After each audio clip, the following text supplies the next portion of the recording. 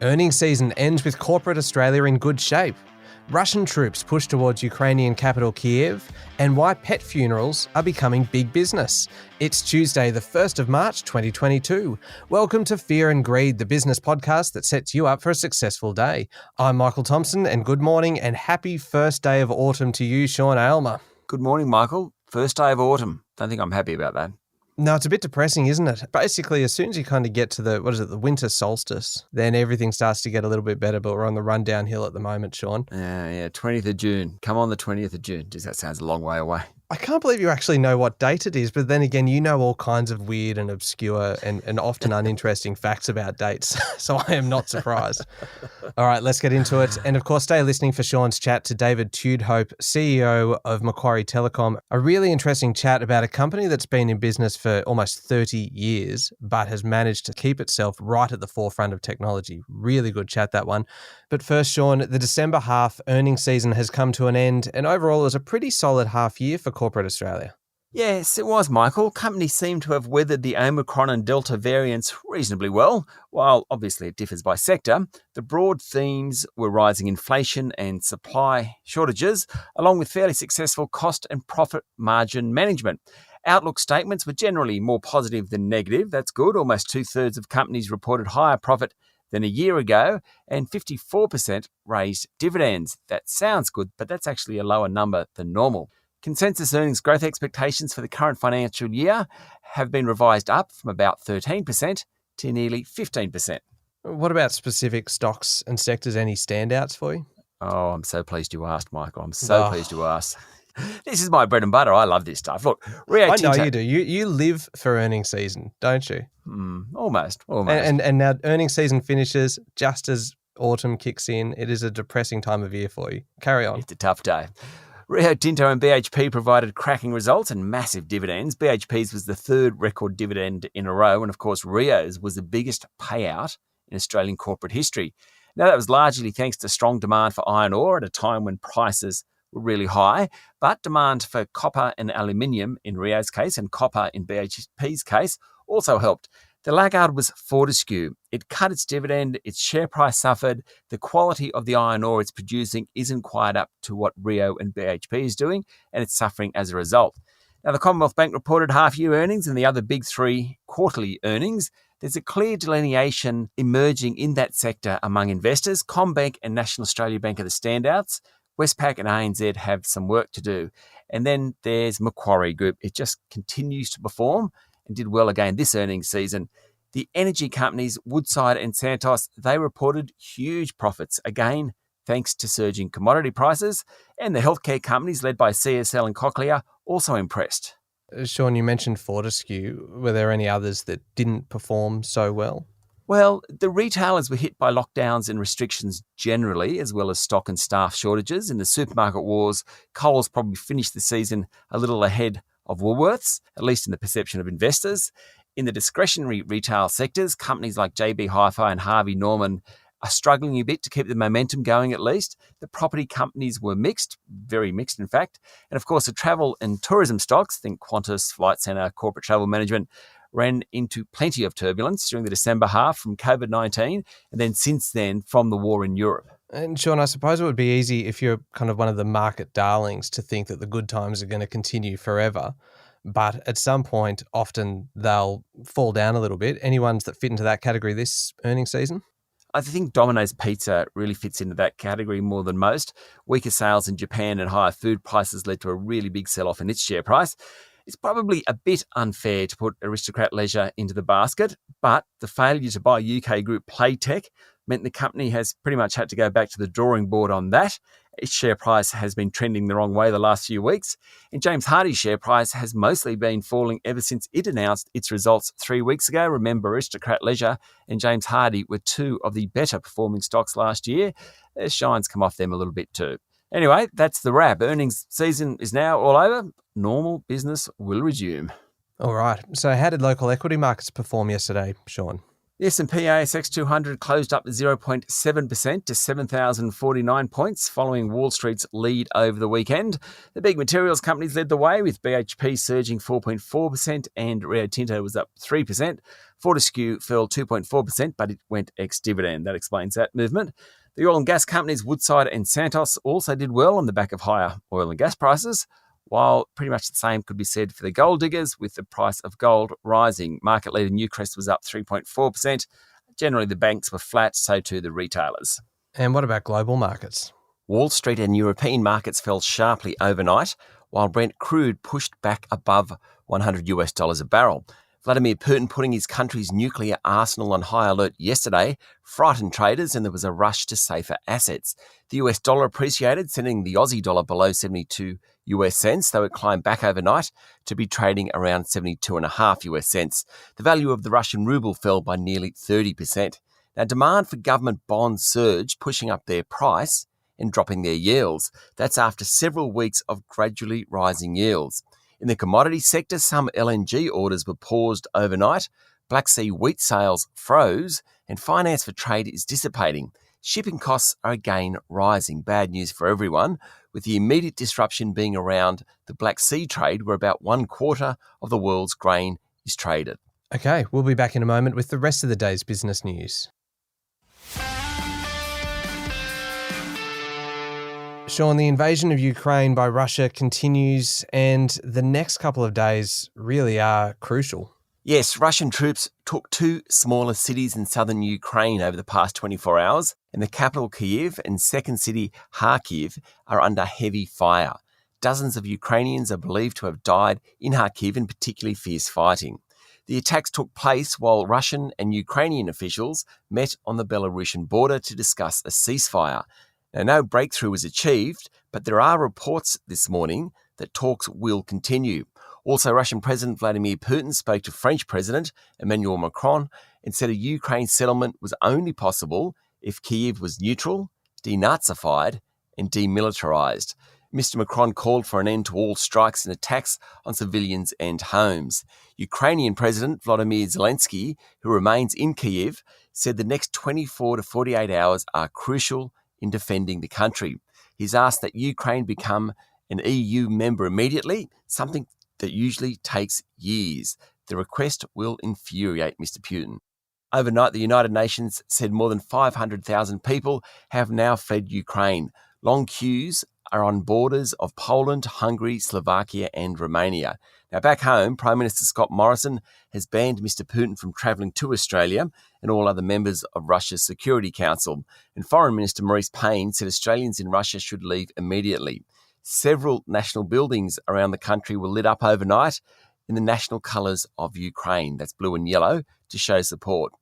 It's a moving feast, Michael, but there's little sign hostilities are going to end anytime soon. Okay, now back home, Sean, Suncorp said the floods in southeast Queensland and northern New South Wales will cost it around $75 million.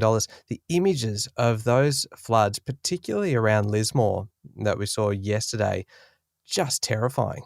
So I had a friend who now lives in the States and he grew up in Lismore, and I messaged him and said the floods are dreadful, and he came back and said, well, not as bad as the 74 floods, which are legendary apparently if you grew up in Lismore. And about 3 hours later he said, I've made a mistake. They're actually a lot worse. It is quite incredible the amount of water going into that city. The Worsens River, which is the main river in Lismore, it's peaked 2 metres higher than its historic peak, and records began back in 1958. And, as you say, people were forced to seek shelter on the roofs of their homes. And I think there were 700 rescues, or at least 700 rescues yesterday. Yeah, I actually grew up about 20 minutes away from Lismore. And anywhere you went in town in Lismore, all the buildings have markings on them about where those historic floods reached. And to think that the water through the town yesterday is now well above that is really pretty terrifying. Sure is. Incredible. As you said, Michael, Suncorp estimated the cost to it of the floods at $75 million. It's already received more than 5,000 claims, about 70% from Queensland and 30% from New South Wales. Now, Suncorp said it had comprehensive reinsurance policies in place. That means the insurer is literally insuring itself to limit the amount of payouts it has to make.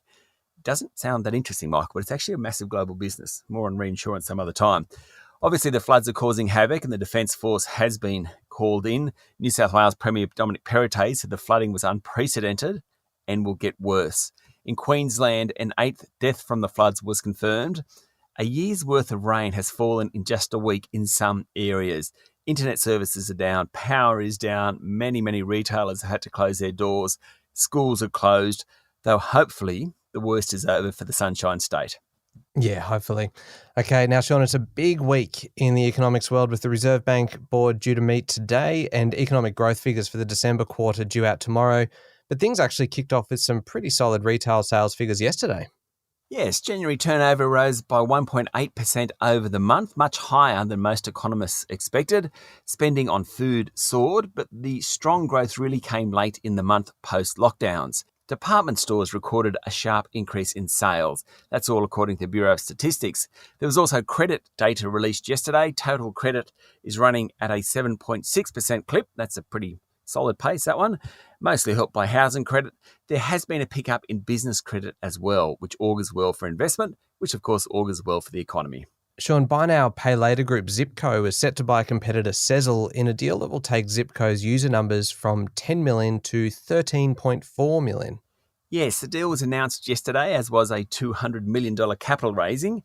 Given Zipco's share price is down 80% over the past year, raising money is going to need true believers. Zipco will offer a 22% premium for Sezzle in a deal worth just under $500 million. Both companies' boards have recommended the bid. Buy now, pay later groups are desperate for size at the moment, and there will be more mergers in this sector. The combined Zipco-Sezzle businesses will have 129,000 merchants. It's starting to get some size. The new group hopes to focus in the US, where buy now, pay later is a relatively small proportion of the market, just 2% at the moment. Both companies were in a trading halt yesterday. It'll be interesting to see how they perform today. Now, Sean, I know that you thought we left reporting season behind, but there are two more companies that I wanted to ask you about because they're both pretty interesting with some slightly different stories to tell. PointsBet reported yesterday. Yes, and it led to a near 3% sell-off. This is a gaming group that operates in the US market. I watched this really closely over the last couple of years. Now, its share price tripled during the first year of the pandemic as prohibitions against sports betting were removed state by state in the US. That was really good news for an operator like PointsBet. The bad news is that plenty of new players came into the market, many with deeper pockets than Sportsbet. Its share price has fallen 76% in the last year. It's back to about where it was a couple of years ago. Mind you, it does have more than $500 million in cash, which it plans to use to acquire new customers, but very competitive market. Okay, PointsBet was one. The other company that reported yesterday that I just know there is a story attached to this one, funeral business Invacare. Yes. I think I have told this tale before, but it's just too good a story not to retell. And it came out yesterday as a result of its earnings. So Invacare owns a bunch of funeral businesses, including White Lady Funerals and Simplicity Funerals. Now, COVID was poor for Invacare because it makes its money a number of ways, partly by providing a funeral service, but also providing the refreshments afterwards. Obviously, there weren't many funerals because of restrictions and lockdown, so it struggled there. It also invests money from prepaid funerals. The markets took a hit. It really struggled. Now, last year, the markets returned, so as a result of those stronger investment markets, Invacare came back and it made a profit, which was great. But it's always looking for new earnings stream. And its boss, Oliver Chretien, reckons there's money to be made in pet cremations. In fact, it's the fastest growing segment of the funeral homes business because people want to keep the ashes of family members. And of course, a dog, for many people, is a family member. So no longer do people bury their pooch, they cremate him or her and keep the ashes. And Invacare's pet funeral business is surging. Okay, Sean, what's making headlines in today's news media? The Financial Review is reporting that almost perfect growing conditions and booming prices will help Australian farmers produce a record $81 billion in agricultural output this financial year, $3 billion more than previously expected. Farm cash incomes rose by 34% last year, marking a second strong year of growth for balance sheets. And The Australian is reporting that Russia's invasion of Ukraine has shocked Australians, with almost 2/3 of voters believing the actions pose a significant threat to our national security, according to Newspoll, but the threat posed by China remains the most significant concern. All right, running through some of the other stories around today, the federal government, Sean, will consider how many deals tech giants Facebook and Google have struck with media companies and determine if the media outlets were fairly remunerated. It comes a year after the News Media Bargaining Code was established in order to force tech companies to pay for content. While the big players have struck deals, some of the smaller outlets, including SBS, haven't. Both New South Wales and Victoria reported around 5,900 COVID cases yesterday, and 9 lives were lost across the two states. Queensland reported 3,300 cases and 1 death, and the ACT reported 464 cases. It also had a death. There were more than 700 cases in Tasmania. A bit of an update on a deal that we've talked about previously. BGH Capital has upped its offer for Virtus Health, which is the reproductive services group. BGH already owns 19.99% of the company. Another predator, Capvest, may yet make another move, though, before this one's over.